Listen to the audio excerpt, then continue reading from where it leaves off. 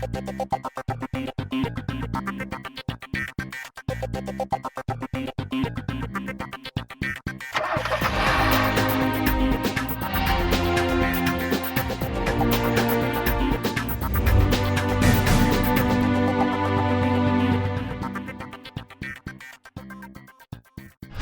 to a brand new episode of CNB. I'm Siddharth Vinayak Patnankar. Thank you for joining us.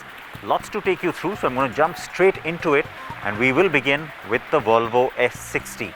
Yes, this car has been expected for some time, and you know what, I've driven it overseas, but it's great that we finally have our hands on it here in India. The launch is in just a few days from now, but yes, we get lucky and drive it first. The wait for the new Volvo S60 has been a little too long for India. Well, it is a new car only in the Indian context. Globally, the car has been on sale for almost a couple of years now. The S60 is a new model ground up and completes the 60 series family of Volvo in India alongside the XC60, and it will be positioned below Volvo's flagship sedan, the S90. We finally get behind the wheel of the newest luxury sedan in the market and see what it has to offer. I drove the Volvo S60 in the beautiful Californian countryside a couple of years ago, and back then the car did impress me. But now the setting has changed and I'm keen on finding out how the S60 performs on NCR roads. The overall design of the S60 is typically Volvo, classy and elegant. Yes, it does bear a resemblance to its bigger sibling, the S90, and honestly, that's not a bad thing at all, particularly because of the downward curve on the bonnet, which joins into the grille and is flanked by the LED headlights, which get Volvo's signature Thor's Hammer LED daytime running lamps. View the car in profile and you see a racy sports sedan-like silhouette. Clean character lines and the slight flare above the rear wheels make the car look proportionate and pleasing to the eye. The rear is accentuated by the C-shaped LED tail lights, and the clean, somewhat sedate design gels well with the overall sporty look of the car. Overall, the S60 continues to be a handsome looking car. Dare I say, the best looking car in the segment.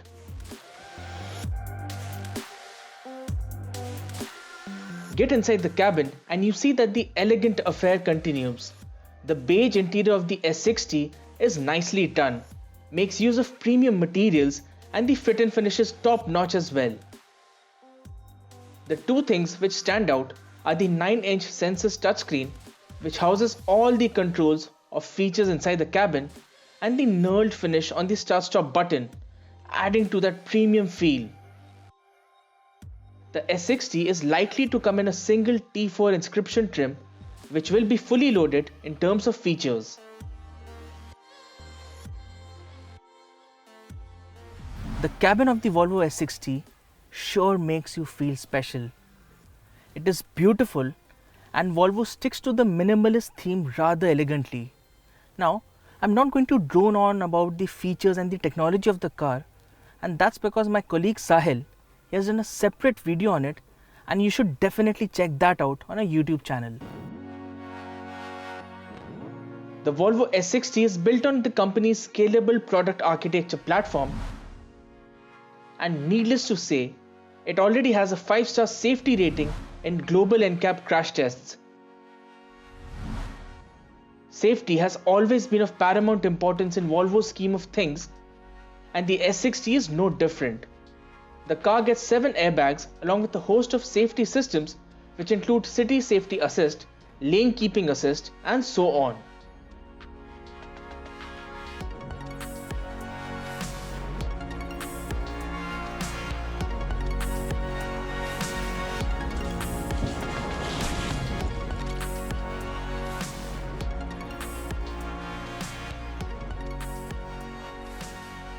In terms of drivetrain, the S60 will get a 2-litre petrol engine coupled with an 8-speed automatic gearbox for now. Globally, the car gets the 2-litre engine in a more powerful state of tune And then there is a hybrid model on offer as well. But there's no diesel, and that may dissuade potential customers in India. Volvo cars are usually stately and focus more on offering a comfortable drive experience rather than being sporty. The 2-litre engine makes 187 brake horsepower and 300 Nm of peak torque, which are reasonable numbers. Although, we hope Volvo brings in a sportier engine option for the S60 in the future. The first thing that you notice when you sit inside the cabin is the refinement. The NVH levels are really good and there's hardly any noise seeping inside the cabin. The other thing, that the engine, it is more tuned for relaxed comfort cruising rather than spirited driving. Yes, the car will go fast if you give it the beans, but then it is best left in the mid-range where there's plenty of torque to play around with, whether you're driving in the city or on the highway.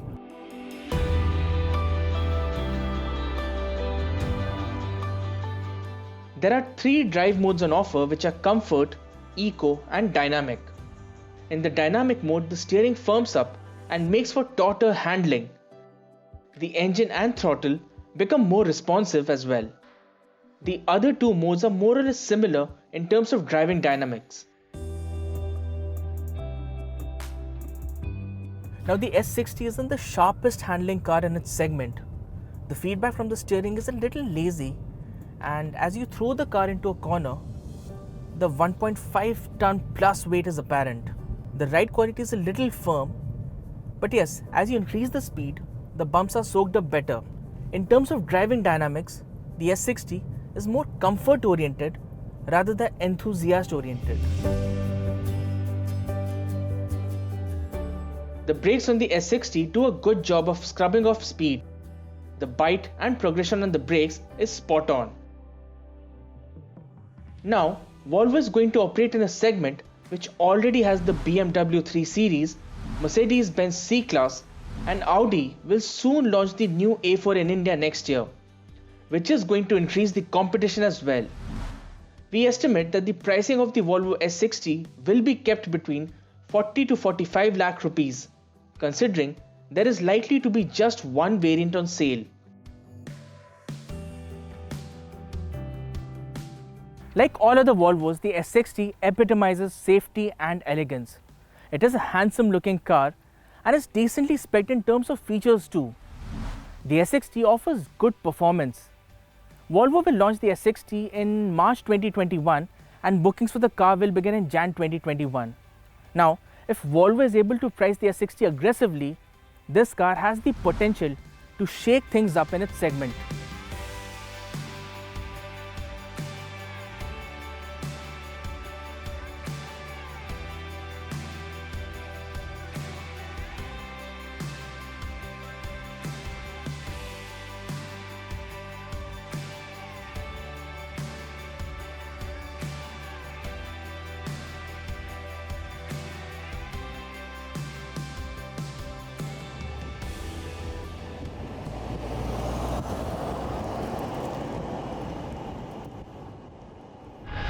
It is that time of the year when we start talking about our annual awards process.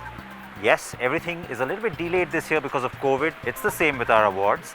So we're all set to kick things off, and especially the all-important viewer's choice, where you have the power to decide who wins, and then you can win too. All the details are coming up, but let's take a look at the nominees that we will have for you when voting begins. The power is in your hands once again. Yes, our most exciting and coveted CNB Viewer's Choice is back. And you can win just as big by voting for your favorite car and bike. If your choice wins, you get to drive it home. The nominees for the 2021 CNB Viewer's Choice Car of the Year in alphabetical order include the all-new Honda City compact sedan in its 7th generation worldwide.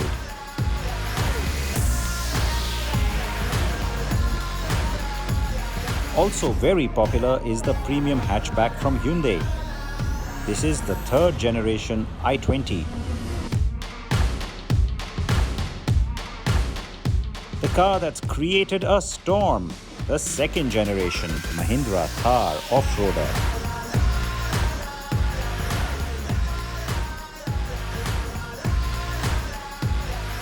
The bigger, roomier and plusher three-row version of the MG Hector, the Hector Plus.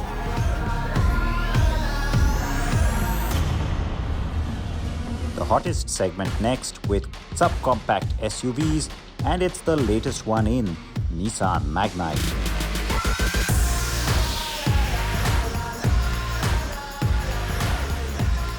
And it's another premium hatch, sensational design and 5-star crash safety, the Tata Altroz.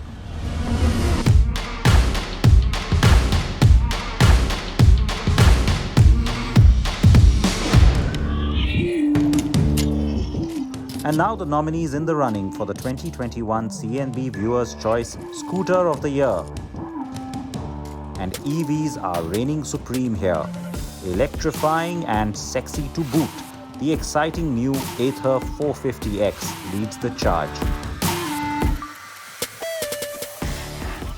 Staying electric and also reviving a legendary brand is the Bajaj Chetak.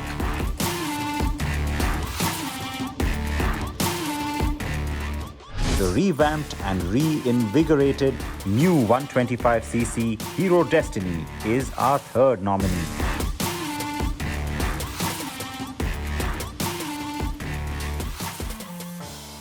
And rounding things off is the TVS iQube, another new EV in the popular scooter market.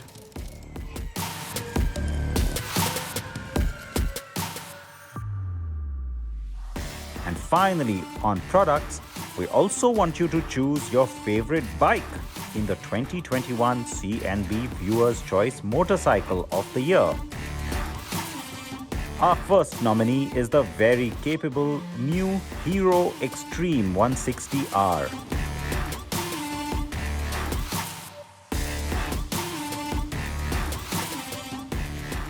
Highly anticipated and with a royal title, the Honda Highness CB 350. Also from the same stable is the new generation Honda Hornet 2.0.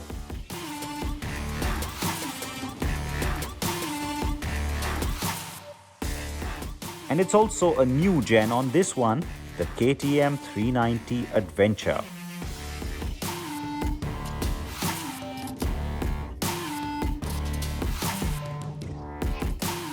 We will open voting very soon, and guess what? We'll also have a couple more categories for you to get involved with, so watch this space for more details soon.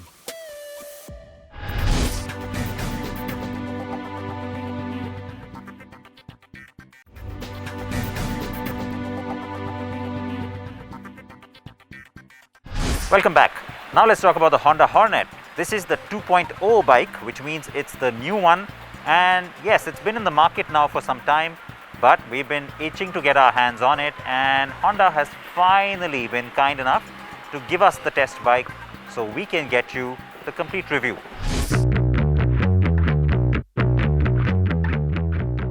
It's muscular with sculpted body panels and a typical modern street fighter design. There are premium touches like the gold anodized upside down front forks, and the fuel tank extensions are more pronounced and sharper than before. There's LED lighting all around, including the headlight, tail light, and even the turn indicators. The digital display is easy to read and is well equipped with plenty of information, but misses fuel consumption readouts. The split seat design is new and the bike gets wider tires. Overall, it looks sharper and sportier than before. And it's not just skin deep. It also promises sportier performance than the Honda CB Hornet 160R it replaces. Honda motorcycle and scooter India have had plenty of 150, 160cc motorcycles. There was the Honda Unicorn, the Honda X-Blade, and back in 2015, Honda launched the CB Hornet 160R.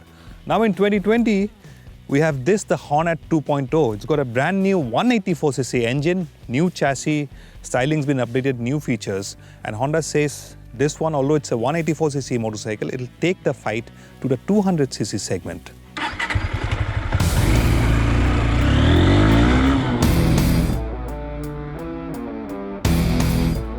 Straight off the bat, the Hornet 2.0 comes across as a bike with likable performance. The mid-range is strong, and within the city, the engine pulls cleanly at every gear without feeling strained or vibey. It's only at higher revs where there's some vibration, but it will cruise easily at 90 to 100 kilometers per hour without breaking a sweat, with maximum speed well over 125 kilometers per hour. Ride quality is firm without being harsh, but the suspension does protest when you hit a speed breaker or big pothole at speed. While braking performance is adequate, the lack of ABS on the rear wheel is missed. But show it some corners, and the sporty design is suitably complemented by its dynamics.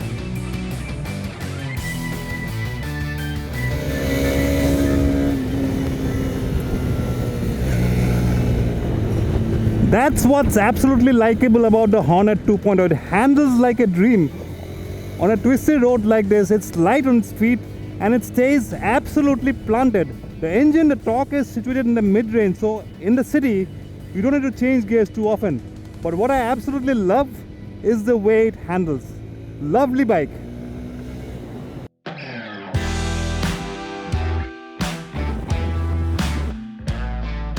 The Honda Hornet 2.0 definitely makes for an impressive package with its easygoing personality and flickable handling. Overall, it's definitely a very likable motorcycle. But the problem is when you look at the price tag.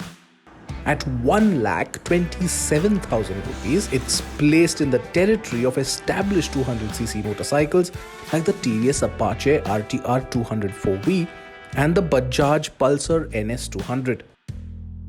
And that is where the Hornet 2.0's real test will be, if it can still manage to offer an attractive proposition at that price point.